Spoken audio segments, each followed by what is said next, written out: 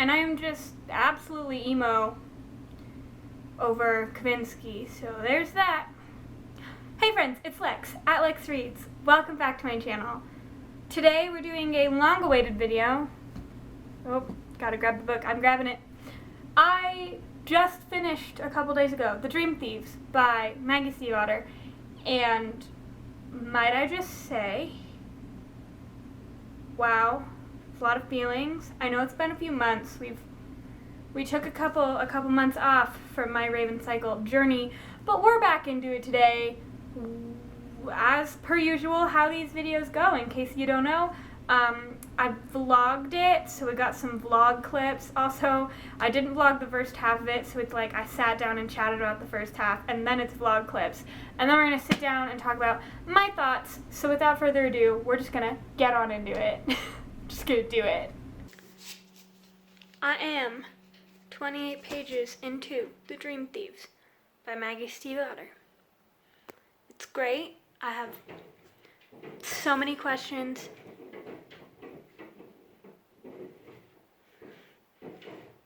Including what that noise is. And also, I love Ronan. So I didn't vlog the first basically half of this book because I was in public when I read it, and I felt uncomfortable just sitting there being like, hello, I'm going to talk about this book now. I just felt weird. So I wrote down all of my thoughts, and we're going to talk through them all before we get back into a normal vlogging of the rest of the book. So the first thing I would like to say is that Maggie Stiefvater is really out here killing it with the first lines and like the intros. So the first line of the prologue of The Dream Thieves is, "A secret is a strange thing." The next paragraph is absolutely phenomenal. Honestly, even better than that line. But then the first line of the first chapter is, theoretically, Blue Sergeant was probably going to kill one of these boys. Great. So good. We love to see it. Okay, so now we're getting into questions and thoughts that I've had that I would have vlogged had I not been sitting in public. My first thought question is, the Gray Man is looking for the Grey Warren? Is it Ronan? Is it my boy Ronan? With about 17 question marks. So, yes, we know that the Gray Man is looking for the Grey Warren. And I would like to know if the Grey Warren is Ronan. Is it like a person? Because like the whole thing is they set it up like it's supposed to be this artifact, but I'm fairly certain it's not an artifact. I'm fairly certain it's just my boy. Wild. I can't deal with that emotionally.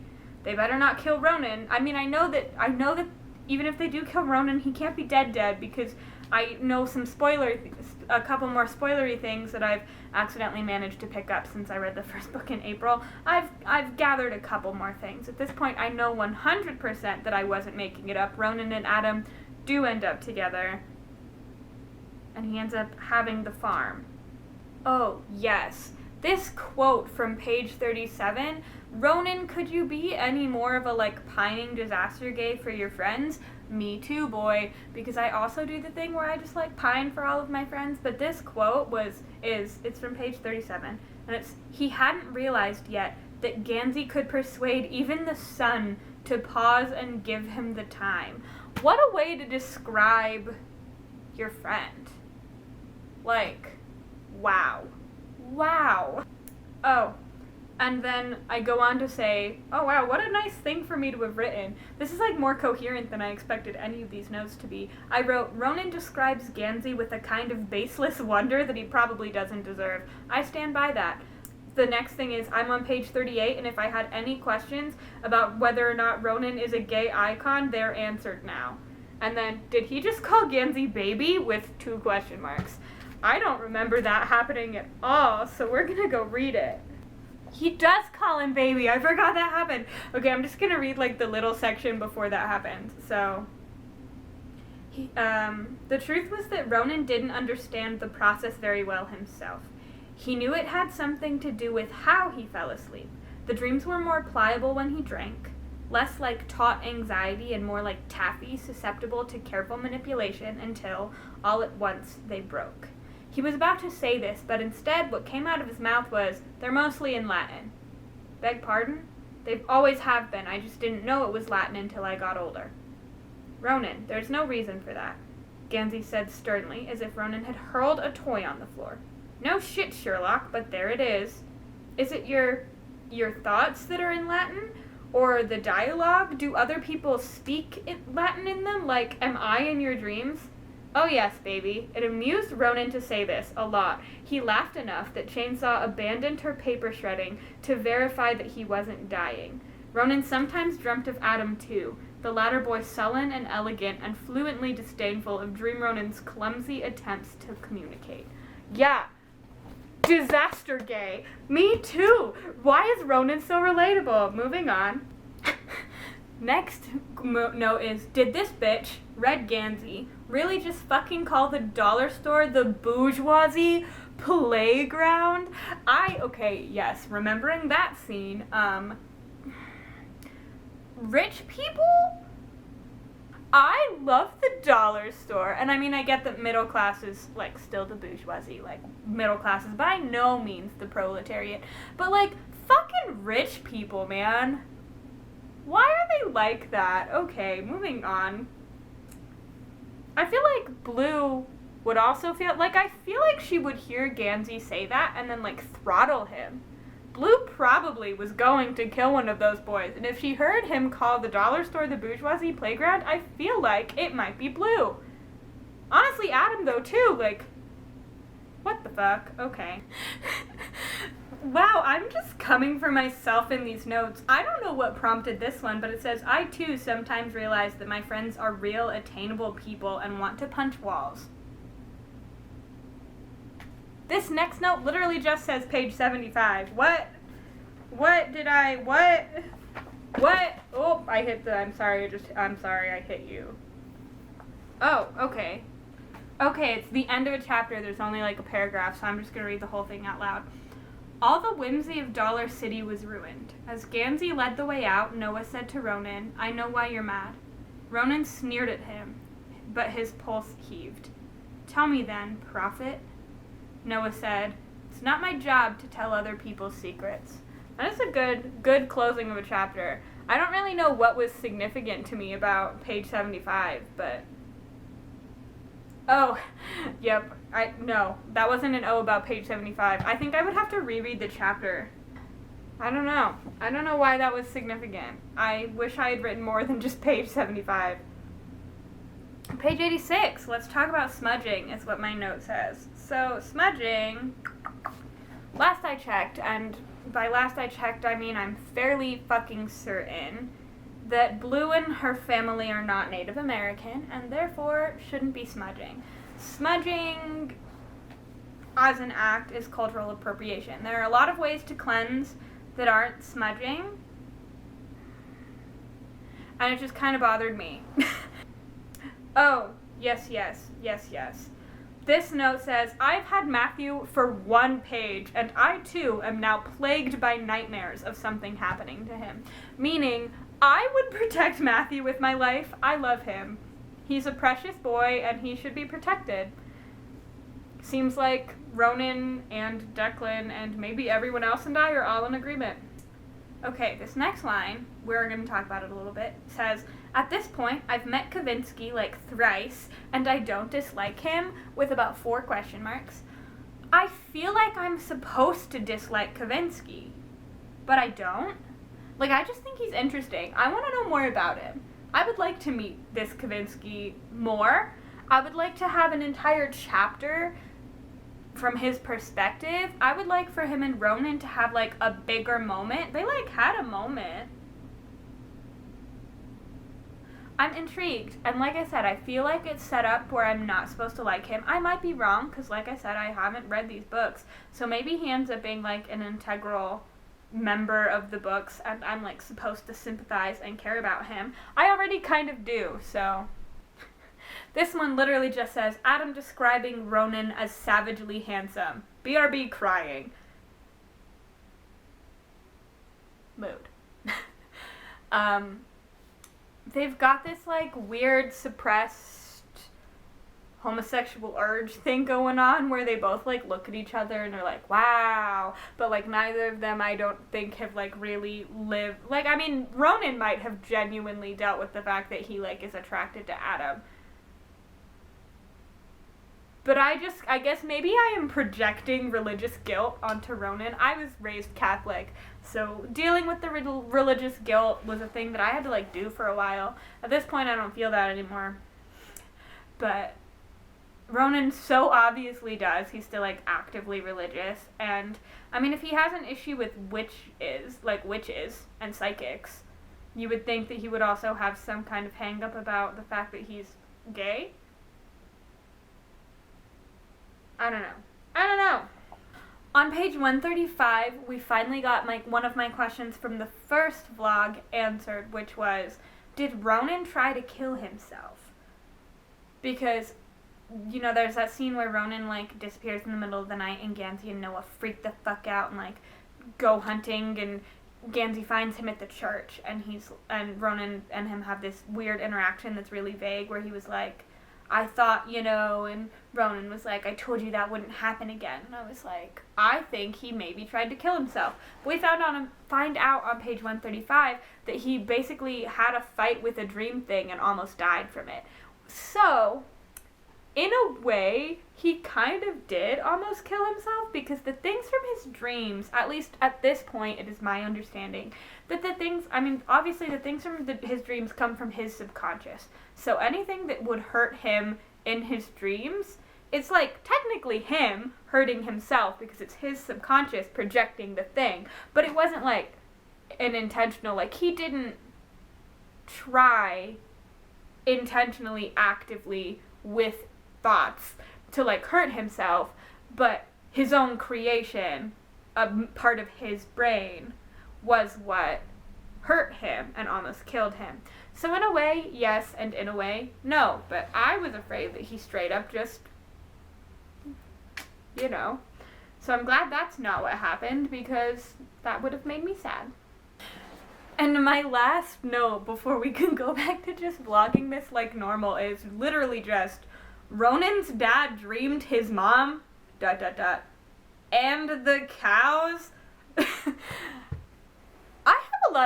I get that it's fantasy, so I should just suspend my disbelief, but I'm out here sitting like, okay, so obviously their mom had like a working reproductive system, but much like how in a way Ronan did inadvertently almost commit suicide, but like not really, it's the same way as like Ronan and Declan and Matthew's dad kind of like had the children of himself, like basically he's their only like parent, because his mom is still a product of him. Very strange. I don't know how I feel about that. It's very weird. Yo, did I just read a sex dream?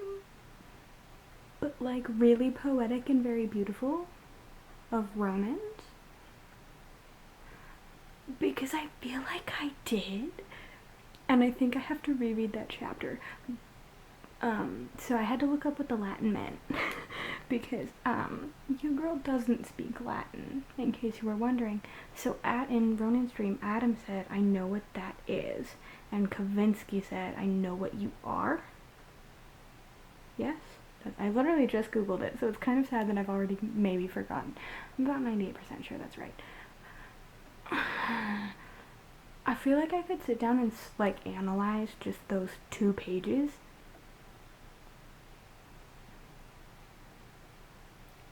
Like really, I like genuinely feel that way. Like I think I could sit down and write like a whole ass essay just on those 2 pages. God, it was stunning. But I'll reread that tomorrow. It is currently 1 a.m. I have an interview early in the morning. I have to be awake at 6. And I still have some stuff to do before I can go to sleep. So I'm going to do that. Signing off for now. Oh, also, it's snowing in Colorado on September 8th in Fort Collins. So I know I said I was going to sleep, but sometimes I'm a liar.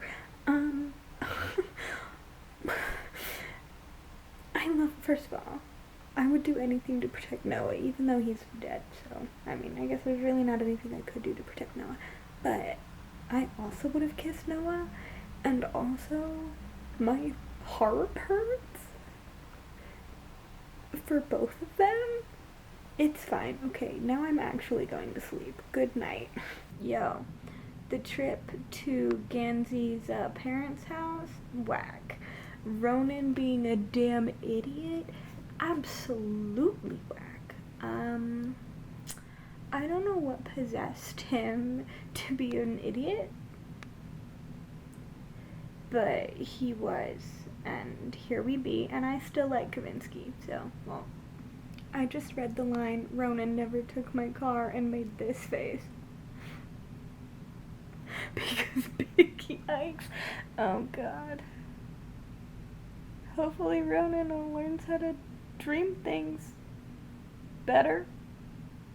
On command? I don't know. The word that I want to use is not on the top of my head, so big yikes. Okay, so I don't think I said it before, like at all, but I did think Kavinsky also could do the dream thing. He was also a great one. But the thing is, reading it makes me sad because now I feel like he's gonna die. I don't want him to die. I like him. I mean, he's like weird and like not great, but I'm kind of into it. I don't know. I don't want either of them to die. So there's that. And I feel like oh, well, I guess Mr. Gray, the Gray Man, he doesn't want him to die. Because he'll need them alive. Okay, but I don't want them to get taken either. I feel like I need to reread this book. Not right now in this second, obviously. But I feel like I need to reread this book and, like, mark down all of the, like, weird queer-coded things between Ronan and Kavinsky. So, like, this page of this chapter is basically, like, Kavinsky's mad that Ronan's leaving to go back to Gansey. And Ronan's like, you didn't think it was us, right? And Kavinsky's like, just angry about it. And he's like, you're either with me or you're against me. And Ronan's like, we've always been against each other. I don't understand. But, like, also, their whole thing feels, like, weirdly queer-coded to me. And I would have to read it, like looking at that. Because I can't recall all of the I can't just supply the things that make me feel that way. Like I'm sure there's something in the text that supports at least why I, like, feel that way. Like, not necessarily, I don't know, I'm rambling, but I don't know, it's interesting. And also, like, Ronan keeps having these weirdly sexual, like, dream moments with Kavinsky. And I'm like, we get it, Ronan. You think he's hot. Have I looked at the camera? Oh my god, why am I so bad at making eye contact with the camera? Hi. Okay, so Kavinsky's being a little shit, as per usual. But Adam and Ronan's interaction in this dream fucking killed me. And for a second there, I thought I was gonna cry. Adam was all like, I figured it out. And I was like, what did you figure out? And he was like, the rent. And I was like, ooh, I read that 2 months ago and I forgot about that. But I do remember being like, it was Ronan. Because he asked Gansey, and Gansey was like, bitch, it wasn't me. And he was like, fuck off, Gansey. But I was like, it's Ronan. It's obviously Ronan. And it's still obviously Ronan. But, like, for some reason that, like, hit different. Like, that got me a little bit. Sorry, this camera's heavy. So I keep, like, dropping. My arm is heavy. Wow. Yeah, so I have, like, not very many pages left. And I'm gonna keep going. Why do you hate you? Ronan thought about it. I don't, he said. And then he woke up. Are you fucking kidding me? What? I love him so much. He's such a badass. And, okay, we're gonna talk about this more tomorrow, but I'm gonna have to write it down so that I remember when I'm doing my wrap part. But we're gonna talk a little bit about Ronan and Adam and this dream stuff, because I have some things to say.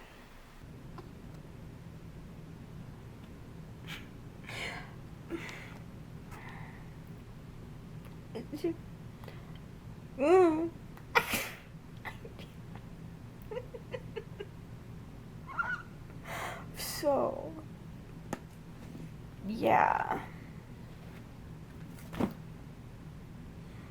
We'll talk about it tomorrow. For now, it's sleep time. What a wild ride that was. I'm just gonna start with rating and some general thoughts because that seems like a good place to start. I gave the Dream Thieves 5 out of 5 stars. I really, really liked it. Just like the first one, I think Maggie's prose is absolutely stunning, and I liked this one more than I liked the first one, which I feel like that's always weird to like the second book more than the first one, especially in like longer series. I think second books tend to get a bad reputation. That's short for reputation. Rap. Like a rap sheet? I don't even know what I was trying to go for there. But I think this one I liked even more than the other one. To be completely fair, that is probably exclusively because of how focused it is on Ronan, and as we talked about in the first video, Ronan is my fave. So, what are you gonna do about it? Ooh, I just elbowed the door.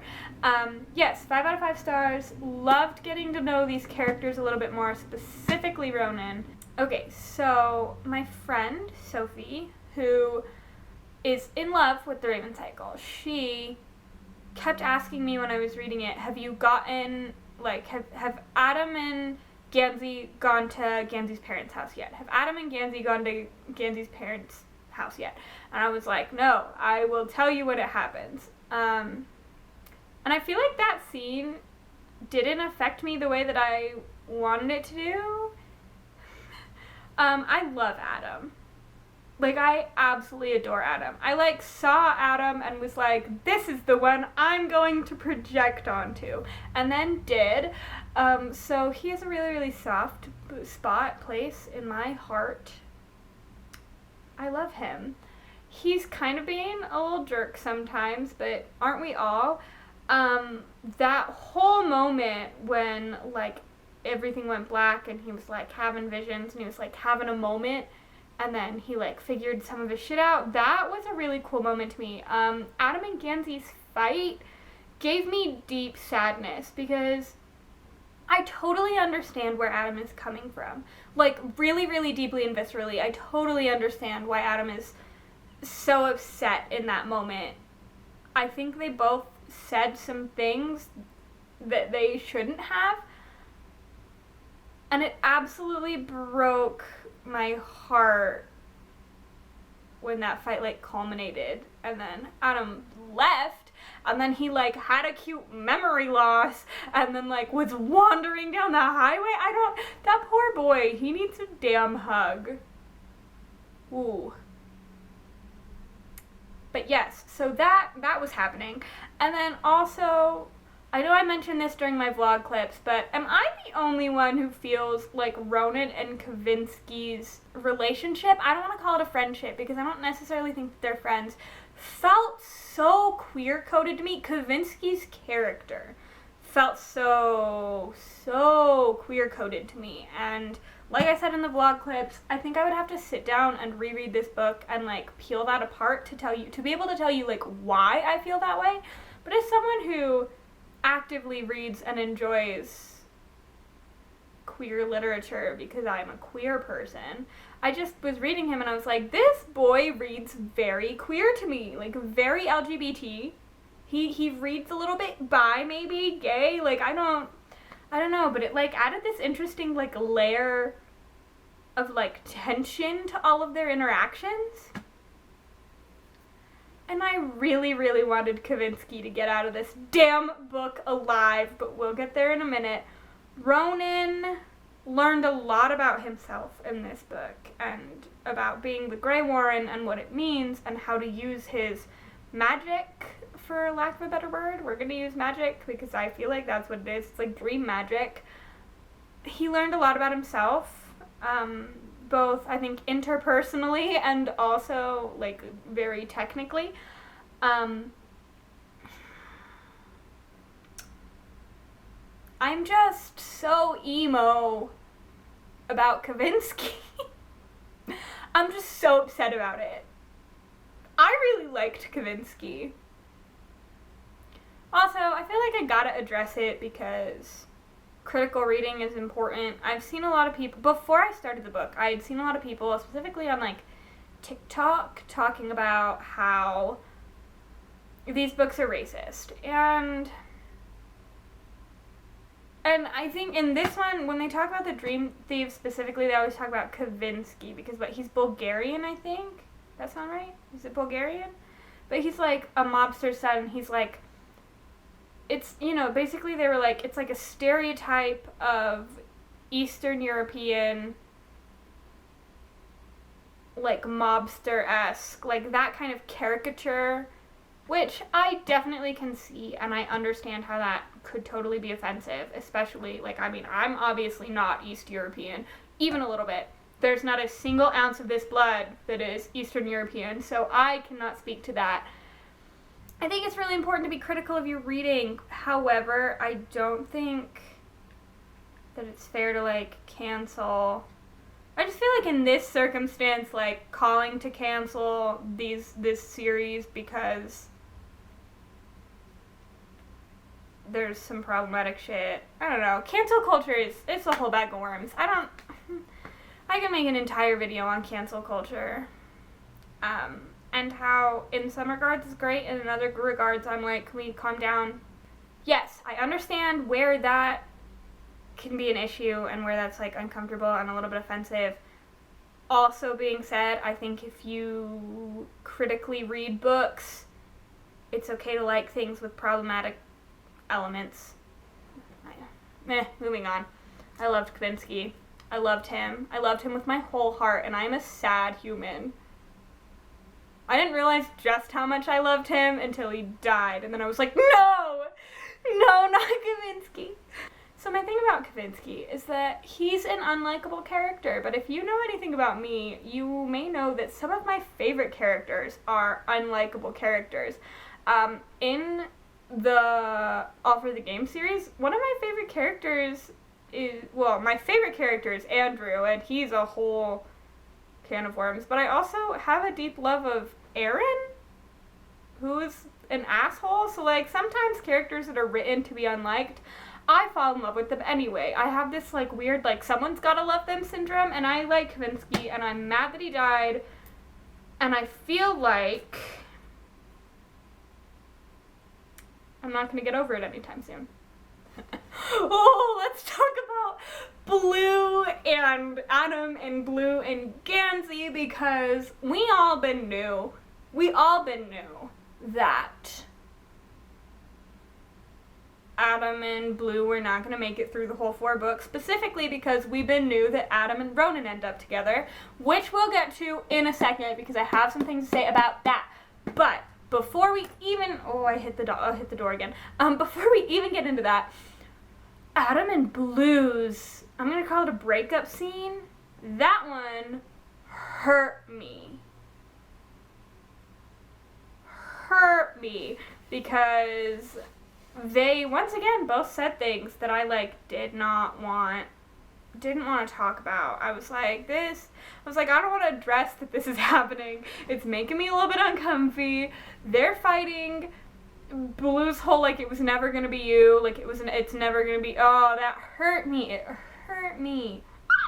And then, Blue's over here this whole entire book pining over Gansey, which I guess is fair, because Gansey's Gansey, what a man. But, then they had, their whole thing, where he was like, I would kiss you, we would never talk about it again, and I was like, they're giving me feelings. They were giving me feelings. And then also, I know I vlogged a little bit about this one, but Blue and Noah's kiss was the sweetest thing. And I wanted to cry. I'm not even kidding, because poor Noah, who's been dead for 7 years and was brutally murdered by his friend, and poor Blue, who was sitting here thinking she was never in her entire life gonna kiss someone. And they, have this unique opportunity where, Noah is the one person in her life that is, like, exempt from the possible, like, repercussions of her kissing someone. And God, when Noah was like, if I were alive, I would, like, ask you on a date. And Blue was like, and I would say yes. That destroyed me. Because they both deserve better. I'm gonna just say it. I'm mad about it. They got me. I kind of ship Blue Gansey. Obviously not as strongly as I ship Ronan Adam. But I'm into it. I can't wait to see where that goes. How that ends for them. It's gonna be interesting. Okay, I'm just gonna read you this note and then I'm gonna try and explain what I mean if I can. I really don't know if I'm gonna be able to explain this. Okay, so you know, I'm like reading. So you know how Ronan is Cabeswater's right hand. We like talk about that at the end of the book. How Ronan, in a lot of ways, is like a tether between Cabeswater and the real world, which is why he can like take things from dreams. He's like. It literally, like, I'm fairly certain word for word the Ronan narrator talks about that. And then Adam is the eyes and the ears of Cabeswater. We're still in Cabeswater. We're staying on the track. And so basically what I'm saying here is that in a lot of ways they collectively are like parts of a whole. They both have this like cosmic connection to this magical place that neither of them are ever in their entire lives going to be able to escape. Ronan is like the hands, and Adam is like the eyes and the ears. And they collectively are like together. They're like parts of a whole. I don't know if any of that makes sense. Cosmic connection, magical. I can't wait for them to love each other. We're getting into that right now because I have some feelings. So I remember right away I was like, I feel like Adam and Ronan get together, and then later stumbled across that on the internet and was like, yeah, so they definitely get together. That's confirmed. I know that happens. Ronan talking about Adam, or Ronan narrator talking about Adam in this book was driving me absolutely batshit because so many feelings about that, and they're all basically good ones. I have so many good feelings. Okay, so here's the thing. Ronan's little monologue, or the Ronan narrator, as I have dubbed him, because, you know, it's like limited, third person limited. I'm just going to read you this little monologue. So it's the epilogue, and I'm just going to read you through. Okay, so you know, at the beginning we have a secret is a strange thing. There are 3 kinds of secrets. One is the sort that everyone knows about, the sort you need at least 2 people for. One to keep it, one to never know. The second is a harder kind of secret. One you keep from yourself. Every day, thousands of confessions are kept from their would-be confessors. None of these people knowing that their never admitted secrets all boil down to the same 3 words. I am afraid. And then we go into the third kind of secret, which that's not important. It's the kind that's never discovered. It's the most hidden kind, blah, blah, blah, blah. We all have secrets. Okay. Ronan Lynch lived with every sort of secret. His first secret was himself. He was brother to a liar and brother to an angel, son of a dream and son of a dreamer. He was a warring star full of endless possibilities, but in the end, as he dreamt in the back seat on the way to the barns that night, he created only this. Enter his dreamed up contract. Will, that's the word, right? Moving on, he fixed it. We're going down to the bottom of the page. The second secret, this is the important part. Ronan's second secret was Adam Parrish. Adam was different since making the bargain with Cabeswater. Stronger, stranger, farther away. It was hard not to stare at the odd and elegant lines of his face. He stood to one side, while the Lynch brothers revived their mother, and then he told them all, I have something to show you. As dawn began to pink the bark of the trees, they followed him deeper into Cabeswater. "The pool is gone," he said, where the fish changed color for Gansey. But now, next to the dreaming tree, the pool had been replaced by a slanted and sheared rock surface. It was strained and cleaved with deep scratches, and the deepest of them cut all the way through the rock and into the ground. Cool blackness beckoned. "A cave?" asked Gansey. "How deep does it go?" Adam said, "I haven't gone in. I don't think it's safe." "What's the next step, then?" Gansey asked warily. It was hard to tell if he was wary of Adam or wary of the cavern. Adam said, "Make it safer." He glanced at Ronan, eyebrows furrowed, as if sensing Ronan's eyes on him. Ronan looked away. Ah! Okay. Ronan's second secret is Adam Parrish.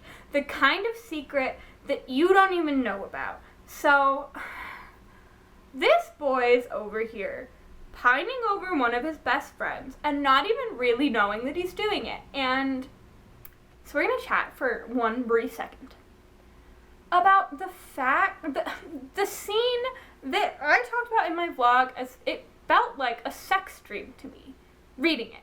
And there's nothing explicitly sexual about the dream. Nothing sexual about the dream, specifically. However, this is important. This is important. So he's having trouble sleeping. When he finally falls asleep, he has a dream about Adam, who is looking at he's looking at his tattoos, and he's tracing down his spine with his fingers. Lower and lower and lower. Lower and lower. Right? We're on the page. We're on the same page. And then Ronan shrinks really, really, really small.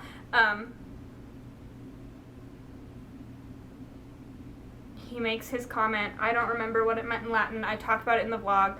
One of them is, "I know what you are." But that was Kavinsky's, I think. I don't know. Adam says something to Ronan. Ronan shrinks till he's like the size of a cracker, and then Kavinsky eats him. Okay. So here's the thing. That vibes to me like a very tasteful way to describe a very strange dream about the men that you find yourself attracted to. I'm just gonna say it. And not only that, stay on the line with me. One of my favorite things that I have learned about a little bit in specifically film theory, but I think this is also true of like modern contemporary novels, is that a lot of times like magic and witchcraft, not all the time, but especially this is also specifically in regards to like coming of age witch movies about like girls. However, we're gonna carry it over because I'm sorry I don't make any sense. I feel like, you know that meme with the guy who has, I don't know, it's from a TV show I think, where he has like the board, it's like a murder board, and he's like, that's how I feel in this moment. So, magic as a metaphor for queerness. Could make an entire video on it. To me, and this is entirely an interpretive thing, and it's highly likely that you did not get what I'm about to say at all, but while I was reading this fucking book,